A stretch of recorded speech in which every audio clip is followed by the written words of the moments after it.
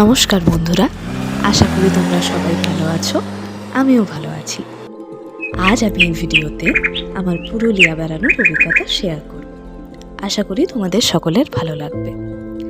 গত 12ই আগস্ট আমরা দুপুর 2টোয় পুরুলিয়ার উদ্দেশ্যে রওনা দিয়েছিলাম।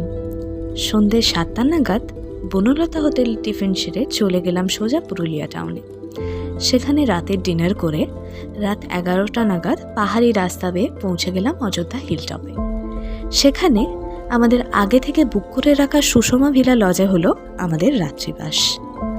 পরের দিন সকালে ব্রেকফাস্ট সেরে বেরিয়ে পড়লাম সাইট সিনের উদ্দেশ্যে। সবার প্রথমে চলে গেলাম মার্বেল রক গার্ডেনে।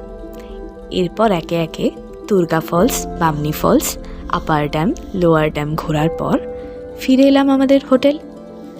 পরের দিন সকালে ব্রেকফাস্ট সেরে বেরিয়ে পড়লাম মুরগুমা ড্যামের উদ্দেশ্যে। পাহাড়ি আঁকাবাঁকা রাস্তা দিয়ে প্রকৃতির মনোমুগ্ধ করা পরিবেশ উপভোগ করতে করতে পৌঁছে গেলাম মুরগুমায়।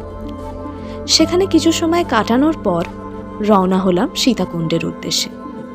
তারপর আমরা পুরোনায় আমাদের হোটেলে ফিরে এলাম। শেষ দিন পুরুলিয়া থেকে সোজা চলে গেলাম মাইথন ড্যাম। সেখানে ড্যামের জলে স্নান করে দুপুরের খাওয়া দাওয়া সেরে রওনা দিলাম বাড়ির উদ্দেশ্যে। স্বল্প বাজেটে 2-3 দিনের জন্য পুরুলিয়া খুবই সুন্দর একটি জায়গা। তোমরাও সময় করে পরিবারের সদস্য বা বন্ধু বান্ধবদের সাথে একবার হলেও ঘুরে এসো পুরুলিয়া গ্রামে। আশা করছি ভিডিওটা তোমাদের ভালো লাগবে, আর ভালো লাগলে অবশ্যই লাইক, সাবস্ক্রাইব করতে ভুলো না কিন্তু। চলো, দেখা হচ্ছে পরের ভিডিওতে। আজকের মতো টাটা।